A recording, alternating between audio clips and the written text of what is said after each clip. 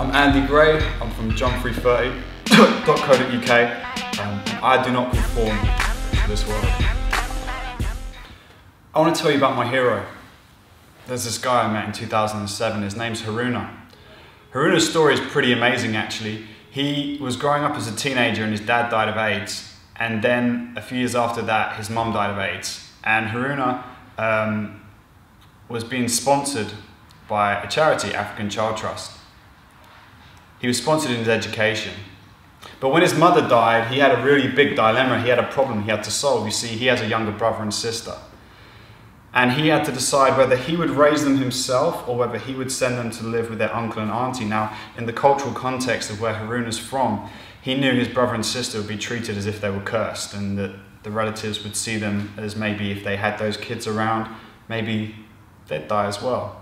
So Haruna didn't want his brother and sister to grow up feeling shunned or kept on the outside. So what Haruna did was, as a young teenager, he decided to raise his brother and sister himself whilst also continuing with his education. African Child Trust made that possible.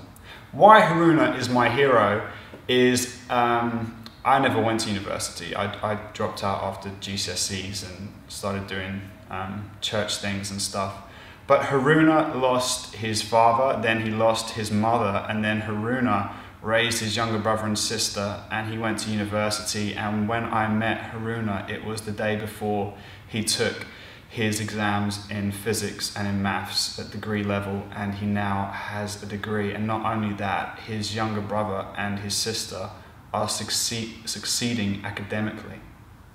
The reason I shared their story is because I work with a charity called African Child Trust. And the reason why I actually do that, because it's not the most beneficial job for me to do in the world, is because of one verse in the Bible. It's James 1 verse 27. It says, "Pure religion is this, that we visit the orphan, the widow, and the fatherless in the time of their distress, and that we remain unstained by the world." The last part of that is about being unstained. That's our everyday walk, how we live our lives. As a Christian, we need to have a different set of values, a different code by which we live by.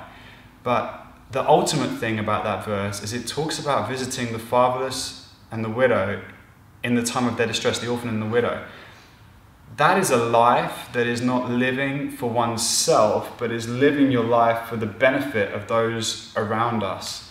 This week, today, this life that you have, I want to challenge you not to live for yourself. It's not about getting your P's up, because Jesus is coming back. He is. And what is important in this Christian life isn't how much money you have, because it'll be worthless as soon as he appears in the sky. The money will have no value, and neither will your reputation. What will have mattered is this. There's a verse in the Proverbs. It's the only verse in the whole Bible that talks about God being in debt to us. It says, "He who gives to the poor lends to the Lord." It is a good thing for us to live our lives outwardly focused, meeting the needs of those around us.